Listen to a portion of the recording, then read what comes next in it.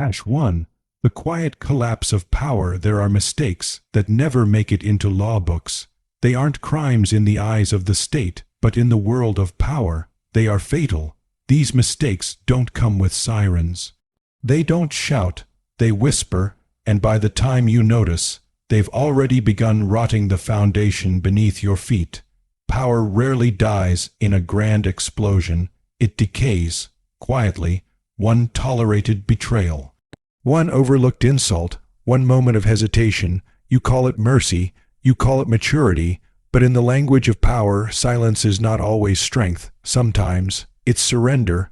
Niccolò Machiavelli, often dismissed as ruthless, wasn't obsessed with domination. He was obsessed with reality. He saw through masks. He understood what truly causes kings to fall, empires to fracture, legacies to disappear. It's not the enemies at the gate. It's the friends who vanish in war. Flatterers who feed your ego while robbing your clarity. The smiles in public and the whispers in private. Machiavelli's genius wasn't in cruelty, it was in clarity. He taught that rebellion is not a ruler's greatest threat. The real threat is tolerance of things that should never be forgiven. This isn't a video about being liked. It's about survival, the kind that keeps a man from becoming a puppet, the kind that protects a leader from falling by the hands of those he once protected. Today, we'll uncover 7 behaviors Machiavelli warned us never to tolerate, even if they come from the people we love, respect, or once believed in. This isn't pop psychology. This is ancient warfare disguised as modern wisdom. Because real power must be protected not just from enemies, but from weakness within. If you've ever been betrayed, if you've ever hesitated, only to watch everything fall apart, if you've ever asked, "Where did everyone go when I needed them most?" this message is for you. And if it awakens something, a memory, a regret, a painful moment of clarity, then stay until the end, because sometimes you don't lose everything because you were weak. You lose it because you were too strong to punish those who deserved it. Loyalty is cheap when skies are blue. Anyone can smile in the sunlight. Anyone can stand beside you when the throne is stable, when the money flows, when the crowd applauds. But Machiavelli never measured loyalty by comfort. He measured it by chaos, because in crisis, masks melt. The cowards run, the opportunists vanish, and those who once praised your name, they disappear. Without a trace, you've seen it. The ones who toasted your success, who danced in your victories, who swore they'd stand forever. And then, silence, no calls, no help, no message, just distance dressed up as, "I had my own problems." And then, when you rise from the ashes, when you claw your way back, they return. With empty eyes and perfectly rehearsed lines. "I didn't know what to say. I wanted to help, but..." Don't believe them, Machiavelli would say. Silence during your suffering is a declaration. It needs no explanation. It is the explanation. Forgiving betrayal, not out of strategy, but out of weakness, doesn't restore order. It invites collapse, because when you tolerate disloyalty, you don't just excuse it. You broadcast it. This is acceptable. And once that message spreads, loyalty dies. People stop following out of respect. They follow out of calculation. Is he still strong? Is it still worth standing by him? Will he forgive me too? You are no longer a leader. You're a gamble, and that is far more dangerous than an enemy. Enemies sharpen your blade. Fake friends dull your instincts. Machiavelli knew power isn't lost in one betrayal. It's lost in 100 silent concessions, 100 disappearances you excused, 100 moments you said, "It's okay. I understand." Stop understanding. Stop rationalizing abandonment, because the one who leaves you during your fall will never fight for your rise. That silence during your suffering, it wasn't a misunderstanding. It was a signal. Miss it, and you invite collapse. Because when you let betrayers return unpunished, they come back bolder. They know you won't draw the line. They know your kindness outweighs your clarity, and next time, they won't just walk away, they'll take others with them. Machiavelli wrote, "The reputation of a ruler begins not with his victories but with how he punishes betrayal. Not with cruelty, but with certainty. You don't need rage. You need boundaries made of iron." Because once your circle sees that someone can abandon you in war and be welcomed back in peace, they stop respecting you. They start testing you, and just like that, your kingdom becomes a performance. People don't admire you. They assess you. They stay loyal only when it serves them. They clap only when others clap. They nod while calculating your worth. That's not leadership. That's dependence on illusions. #2. The weight of the throne. So what do? You remember faces, not apologies. You record absences, not explanations. You protect the throne, not the feelings of those who left it undefended. Because in crisis, you don't need 100 warm bodies. You need one soul, one who will burn with you, bleed with you, rise with you. That one is worth more than 1,000 who only show up when the sky is clear. If you trusted someone during your downfall, and they vanished, this is your confirmation. You weren't too harsh. You were too forgiving, and that ends now. You do not rebuild an empire with the same hands that let it collapse. You do not share your victory with the ones who ghosted your fall. Machiavelli didn't teach cruelty. He taught survival. He taught how to see cracks before the collapse, because the truth is brutal. No one stays loyal to a man left standing alone, and those who abandoned you once will do it again unless you draw the line. There is nothing more dangerous than a coward in command. You fear betrayal. You fear backstabbers. But Machiavelli saw the real threat, not the enemy outside the gates, but the hesitant king, the man afraid of his own power. Cowardice doesn't always tremble. Sometimes it wears a suit. Sometimes it speaks politely, hides behind strategy, wraps its fear in diplomacy and delay. I need more time.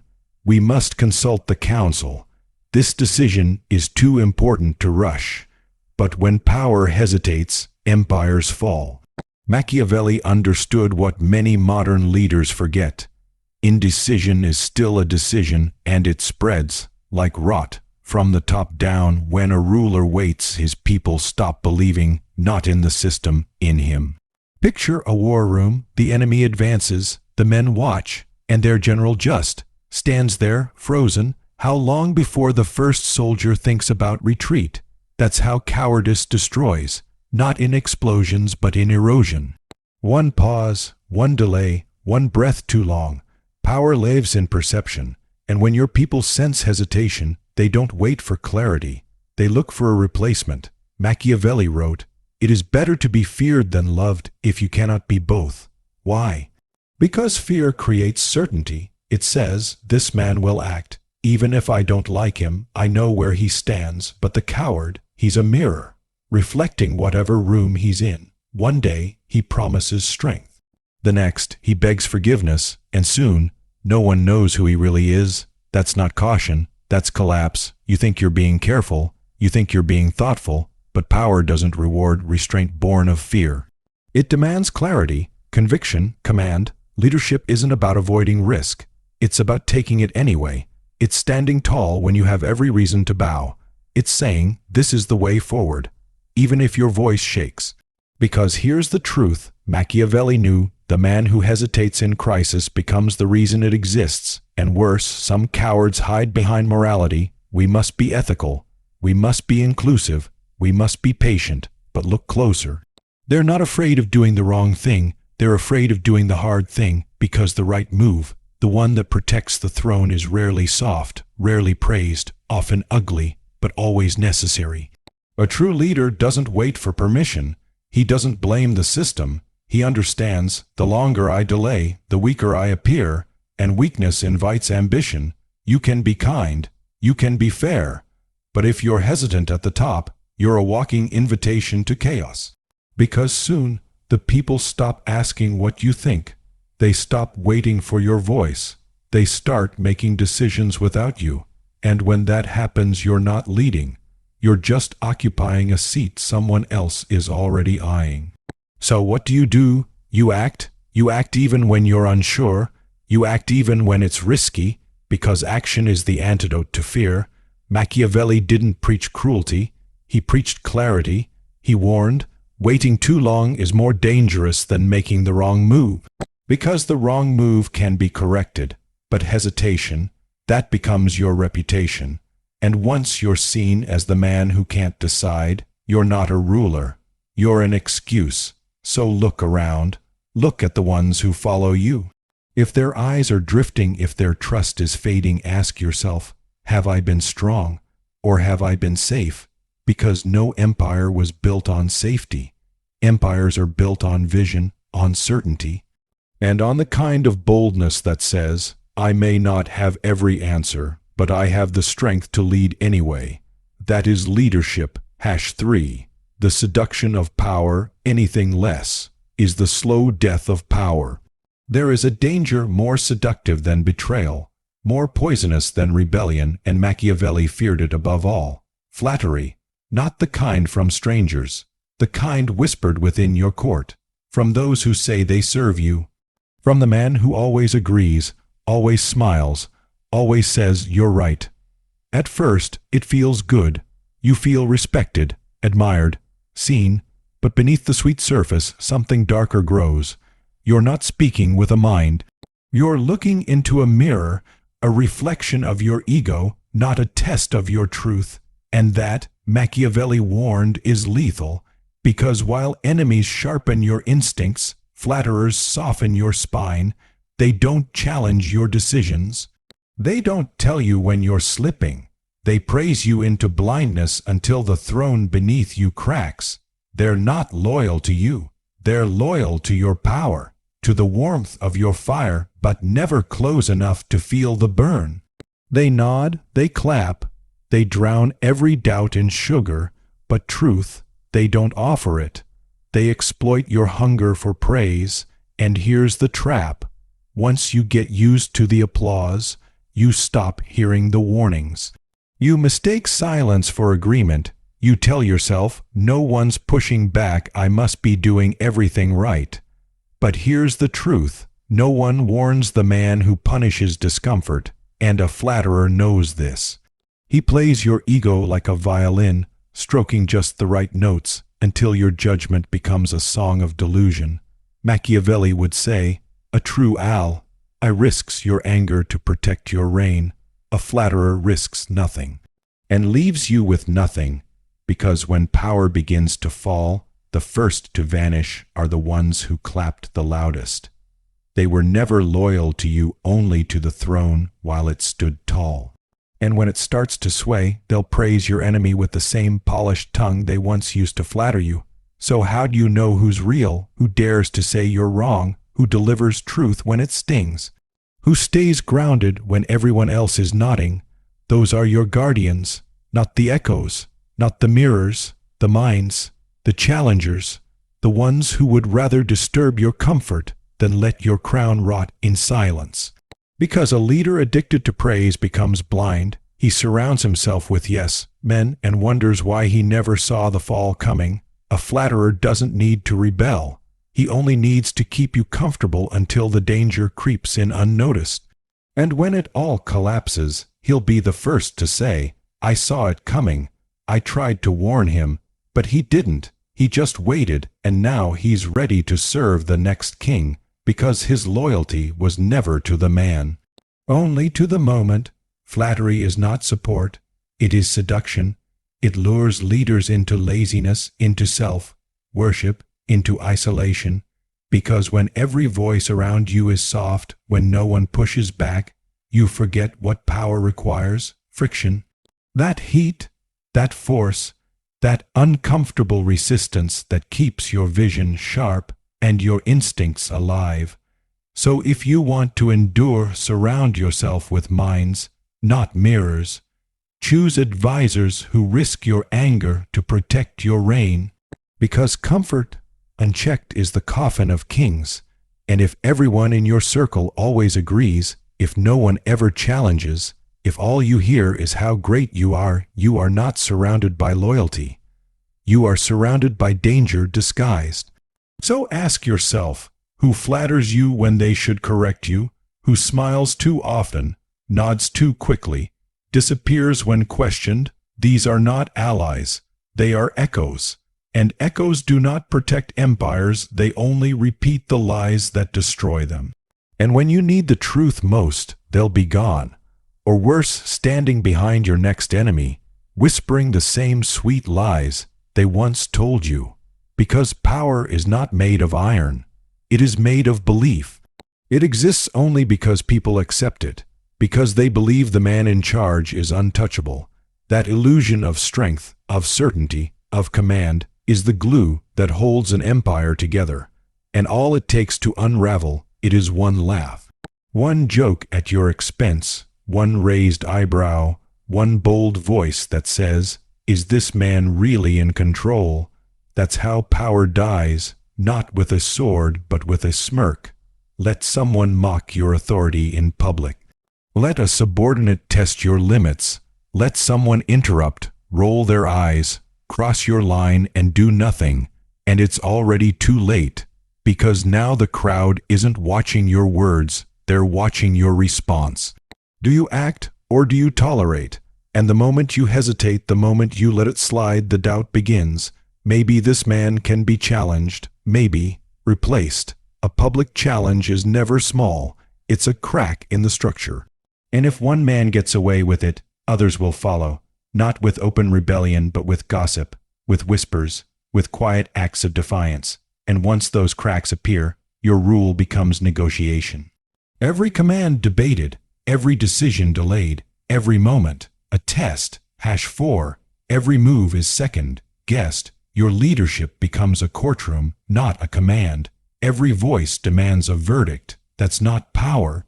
That's theater. Machiavelli warned us, when someone challenges your authority in public, they are not just disagreeing, they are planting doubt. And once doubt spreads, belief dies. Understand this. You don't need to silence every critic. But you must never allow public defiance to go unanswered, not out of ego, not out of pride, out of survival, because your silence becomes permission, and you don't just lose a moment, you lose the precedent. Now the blueprint is clear. Mock the leader, get the crowd, elevate your own status. You've turned your throne into a podium, and your enemies don't even need to fight anymore. They just need to perform. Some will wear the mask of morality. They'll claim it's for the people. They'll call it truth to power. Don't be fooled. The man who publicly raises his virtue above your authority isn't trying to help. He's auditioning to replace you, because every performance creates an audience, and every audience craves a new star. So what do? You don't yell. You don't overreact. You act with certainty. Remind the room, not just the challenger, that authority has a cost, and disrespect isn't free. You don't need cruelty. You need clarity, because power lives not in noise, but in response.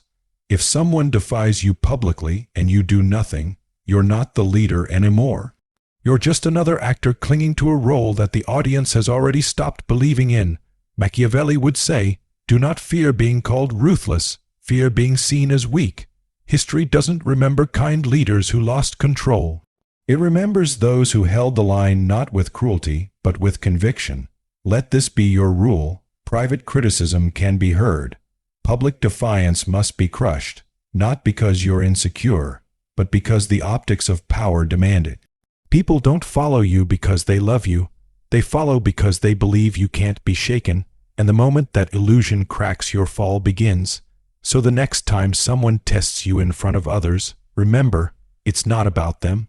It's about everyone else watching, listening, measuring your strength. Act wisely, but act. And now, a deeper cut. Sometimes the most dangerous people in your life aren't your enemies. They are the ones you once saved. You believed in them, protected them, lifted them when no one else would. And when the storm came, they vanished, or worse, they turned on you. Machiavelli warned, there is no faster way to erode power than to show mercy to the ungrateful. Because ingratitude is not just the absence of a thank you, it's a silent declaration. What you gave me means nothing now. Your kindness becomes weakness. Your mercy, currency they now exploit. That's betrayal with a velvet glove. These people don't carry swords. They wear smiles. They vanish when you're weak, reappear when they smell opportunity. And the worst part, you opened the door. You gave them a voice, a platform, a seat at your table. Now they're tall enough to tear it down, because to the ungrateful, loyalty is never sacred. It's transactional. They stay as long as they benefit, and when the benefits fade, so does their loyalty. Expect loyalty from the ungrateful, and you'll bleed for people who'll forget your name the moment it's convenient. And when your position shakes, they won't just walk away, they'll switch sides. They'll whisper to your enemies, "I used to be close to him. I know where he's vulnerable." That's not just betrayal, that's strategy, and they're playing it better than you. Machiavelli didn't say don't give. He said, don't plant in barren soil. Give only where gratitude can grow, where loyalty can take root, where mercy turns into alliance, not entitlement. Because when you feed the ungrateful, you're not building a brother, you're fattening a parasite. And that parasite will hollow out your influence from the inside. They'll cheer for your rise, but vanish when you fall, then return again. Same smile, same tone, but now they've studied you. They know your kindness, and they've weaponized it. Let this be the lesson. Power isn't just about what you control. It's about what you permit, who you trust, and when to cut ties, because not all betrayal wears a mask. Sometimes it wears the face of someone you once called brother, and when power is at stake, forgiveness without memory is self-destruction. #5. They know your forgiveness, and they'll use it to get even closer so they can strike even deeper next time. Machiavelli advised, never let gratitude become hope. Let it become a test, and when someone fails that test, do not run it again. Because the ungrateful don't change. They evolve, they learn how to hide it better. So how do you spot them? Watch how they behave when you stop giving, when the favors pause, when the rewards go silent. Do they still stand with you, or do they grow cold, distant, dismissive? That is the test. The truly loyal remain even when there's nothing left to take. But the ungrateful, they'll say, you've changed, you're distant, I don't feel supported. When the truth is, they never loved you. They loved the benefit of knowing you. And if you, the leader, tolerate that, if you keep feeding traitors out of guilt or optimism, you're not just wasting resources, you're corrupting your foundation. Because the man you saved yesterday, he now knows your blind spot. He knows you forgive easily. He knows you confuse mercy with strategy, and he'll use that very knowledge to finish what he started. Never forget, gratitude cannot be demanded, but ingratitude must be punished. You don't owe second chances to those who stabbed you after being fed, because if you give them one, you send a message to everyone else. Loyalty is optional. Betrayal has no consequences. And from that moment forward, your court learns the wrong lesson. They think, I can betray him now and return later when he's strong again. And just like that, you're no longer leading an empire, you're managing a carousel of opportunists. So remember this, especially if you're in power, especially if you're building something others benefit from. Your mercy is sacred. Your forgiveness is strategic, and your throne is not a charity. If someone fails the test of gratitude, cut them loose. Not out of cruelty, out of clarity, because to protect what you've built, you must sometimes burn the bridges that snakes use to return. Some men raise swords, others raise voices, but the most dangerous of all, they raise virtue, not because they believe in it, but because they know how to weaponize it. Machiavelli saw this long before it became a trend. He warned us, when morality is used to challenge power, it is no longer virtue, it is ambition in disguise. You've seen them. The so-called righteous, they don't stage a rebellion, they don't seek justice in silence, they gather a crowd, They climb a podium, they raise a finger and cry, "You've grown cold, you've forgotten the people, you're not compassionate enough." It sounds noble. It sounds like integrity, but look deeper. These aren't acts of truth, they're acts of position. They aren't trying to help you lead better, they're trying to replace you, using the crowd's emotions as their battering ram. Machiavelli called this the moral stage play, a trap where strength is attacked not with facts but with feelings. They don't ask, is the leader effective? They ask, is he nice enough, warm enough, can he cry on command?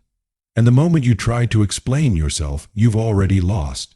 Because now you're justifying, pleading, begging the crowd to see your heart, instead of commanding their respect with action. This is how the strong fall today, not through violence, but through emotional sabotage. Because morality, in the hands of manipulators, is no longer a standard, it's a script, one anyone can perform, one that requires no integrity, just a convincing tone and a sympathetic crowd. And once you let that script dictate your leadership, you're finished. From that day forward, anyone who wants your seat only needs to cry louder than you. They don't need to rule. They just need to play the role of the better man. Let's be clear. Real morality doesn't need an audience. It doesn't shout. It doesn't shame. It advises in private, warns in whispers, corrects with care, not spectacle. But fake morality, it lives for the spotlight. It judges. It wears the robes of virtue, but moves like a thief in the shadows. So what should a leader do? You don't fight them with their tactics. You don't beg to be understood. You don't explain your heart to people looking for a weakness. You name the game, recognize the play, and act, not emotionally, strategically, because the longer you let emotional narratives shape power, the more fragile that power becomes. Machiavelli warned, if virtue becomes the standard by which rulers are judged, then only the best actors will wear the crown. And when actors rule, nothing real gets built, only appearances, only optics, scenes that look good but rot underneath. Don't let tears write your laws. Don't let guilt crown your successors. Be kind. Be just. Be human. But do not let feelings dictate what's right for your kingdom. Because the moment the people believe power must be emotionally pure, your replacement has already been chosen. All he needs is a better smile, a louder speech, a more dramatic performance. And suddenly, your leadership is no longer a throne, it's a popularity contest.